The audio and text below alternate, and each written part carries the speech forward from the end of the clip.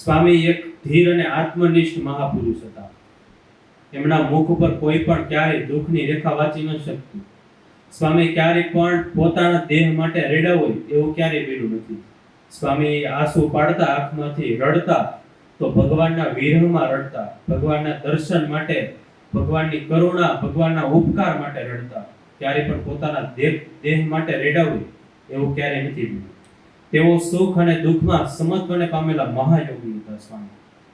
આમ તો સ્વામીને મોટી ઉંમરે માથાનો દુખાવો ખૂબ જ રહેતો, એટલે હરિભક્તોએ ઘણી વખત આગ્રહ કર્યો કે સ્વામી, આપણે કોઈ સારા ડોક્ટર પાસે નિદાન કરાવીએ તો તમારે માથાનો દુખાવો એ ઓછો થાય, મટે.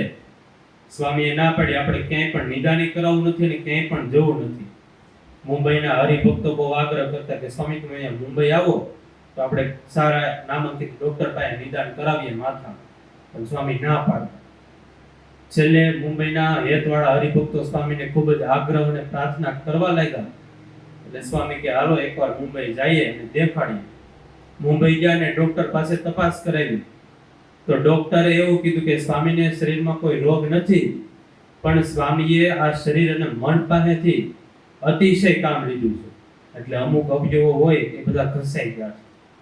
ડોક્ટરો એવું કહેતા કે આખી જિંદગી દરમિયાન બે વ્યક્તિ પોતાના શરીર અને મન પાસેથી જેટલું કામ લે એટલું કામ એકલા શાસ્ત્રીજી મહારાજે કરેલું છે. એટલે કોઈ ચોક્કસ નિદાન થયું નહીં ને સ્વામીને માથાનો દુખાવો તો સતત શરૂ જ હતો.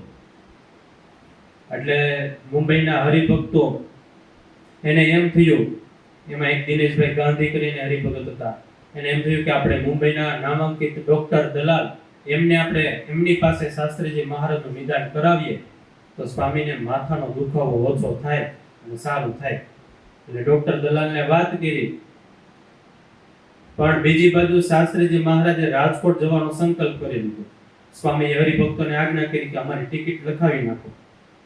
અને શાસ્ત્રીજી મહારાજ એક વખત કે આ કરવાનું, પછી એમાં કોઈ પણ કઈ સંશય કે તર્ક કોઈ કરે નહીં. હરિભક્તો કોઈ રીતે પછી સામે કઈ પણ બોલી ન શકે. સ્વામી કે આ કરવાનું, પછી એમ કરવાનું. એટલે સ્વામીએ આ ટિકિટ લખાવવાની આજ્ઞા કરી દીધી. હરિભક્તોએ છેલ્લી વાર વિનંતી કરી, સ્વામી હવે આ એક ડોક્ટર દલાલને એકવાર છેલ્લી વાર બતાવીએ તો સારું. આજે તમારા માથાના દુખાવાનું કઈ નિદાન થયું નથી અને નિદાન કરાવ્યા વગર રાજકોટ પાછું જવું એની કરતા દેખાડીએ તો સારું. સ્વામીએ ના પાડી. એટલે બધા હરિભક્તોએ ડોક્ટર દલાલને વાત કરી કે સ્વામી તો ના પાડે છે ને સ્વામી રાજકોટ જતા રહેવાની વાત કરે છે, નિદાન કરાવવાની ના પાડે છે. એટલે ડોક્ટર દલાલ કહે તો વાંધો નહીં, હું સ્વામીને મળવા હમણાં આવું છું. એટલે સ્વામીનો જ્યાં ઉતારો હતો ત્યાં ડોક્ટર દલાલ આવ્યા અને સ્વામીને મળ્યા. ડોક્ટર સાથે થોડી ઘણી વાતચીત કરી સ્વામીએ, અને સ્વામીએ પોતાનો સંકલ્પ કહી દીધો કે મારે કોઈ પણ રીતે નિદાન કરાવવું નથી. ડોક્ટર દલાલ સાથેની સ્વામીની આ પહેલી મુલાકાત હતી, પણ સ્વામીના દર્શન માત્રથી એના અંતરમાં એવી પ્રતીતિ થઈ કે આ કોઈ સામાન્ય સંત નથી, આ તો કોઈ મહાપુરુષ છે. એટલે એને પછી સંતો ત્યાં હશે એને હરિભક્તોને બધાને રૂમની બહાર મોકલી દીધા અને અંદરથી રૂમની સ્ટોપર બંધ કરી દીધી અને સ્વામીના ચરણમાં પડી ગયા અને રડવા લાગ્યા અને સ્વામીને પ્રાર્થના કરવા લાગ્યા. શાસ્ત્રીજી મહારાજ, સ્વામી તમારા માટે નહીં તો કાંઈ નહીં, પણ અમારા માટે તમે એકવાર હોસ્પિટલ પધારો. ત્યાં ઘણા બધા દર્દીઓ હશે, એમને તમારા દર્શન થશે, એમનું સારું થશે, એટલે તમે સ્વામી અમારા માટે એકવાર હોસ્પિટલ પધારો. અને સ્વામી તમારા તમામ પ્રકારના ટેસ્ટ થઈ ગયા છે, પણ એક એવો ટેસ્ટ બાકી છે જે અમારે કરવાનો છે.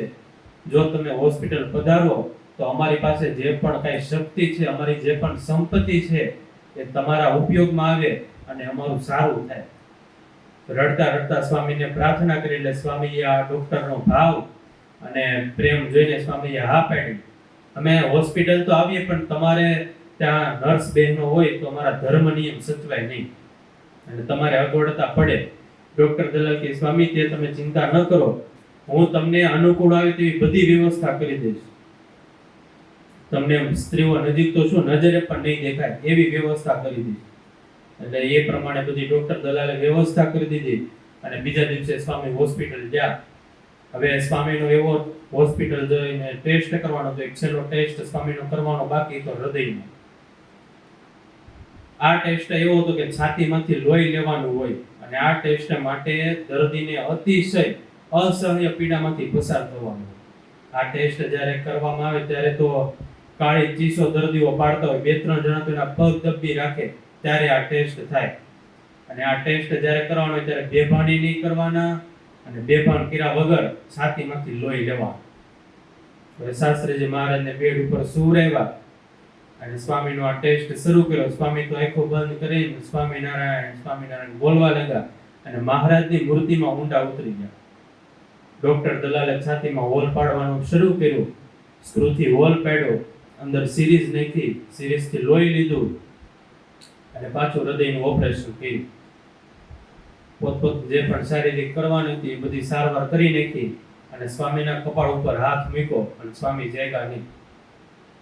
સ્વામી તો મહારાજની મૂર્તિમાં ઊંડા ઉતરી જતા. બાજુમાં ભક્તિ પ્રકાશ સ્વામી હતા. એને કીધું કે સ્વામીને જગાડો. એટલે ભક્તિ પ્રકાશ સ્વામીએ કાનમાં સ્વામિનારાયણ સ્વામિનારાયણ મહારાજનો મંત્ર બોલ્યા. એટલે શાસ્ત્રીજી મહારાજનું નામ બોલતા બોલતા જાગ્યા. સ્વામી કે ટેસ્ટ પૂરો થઈ ગયો? એટલે ભક્તિ પ્રકાશ સ્વામી હા પાડી, હા સ્વામી ટેસ્ટ પૂરો થઈ ગયો. અને એટલું જ્યાં જોયું ત્યાં તો ડોક્ટર દલાલ સ્વામીના પગમાં પડી ગયો. ઓહો, આવા સાધુ તો મેં ક્યારેય જોયા નથી. આ ટેસ્ટ મારે જ્યારે કરવાનો હોય ત્યારે દર્દીને 3-4 જણા તો પકડી રાખે, એના હાથ પગ દબાવી રાખે. આ ટેસ્ટ હું જ્યારે કરું ત્યારે અમારી આખી હોસ્પિટલ ગાજી રહી હોય, ચારે બાજુ કાળી ચીસો સંભળાતી હોય. અને આ શાસ્ત્રીજી મહારાજ ખરેખર એવા આત્મનિષ્ઠ ભગવત સાક્ષાત્કારી મહાપુરુષ છે કે જેના મુખની રેખા પણ બદલી નહીં.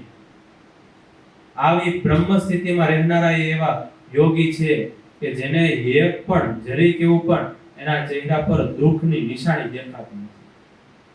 ત્યારે સ્વામી જાગ્રતમાંથી તરત જ દેહાતી દશામાં જનારા એક મહાપુરુષ હતા, સિદ્ધ પુરુષ હતા.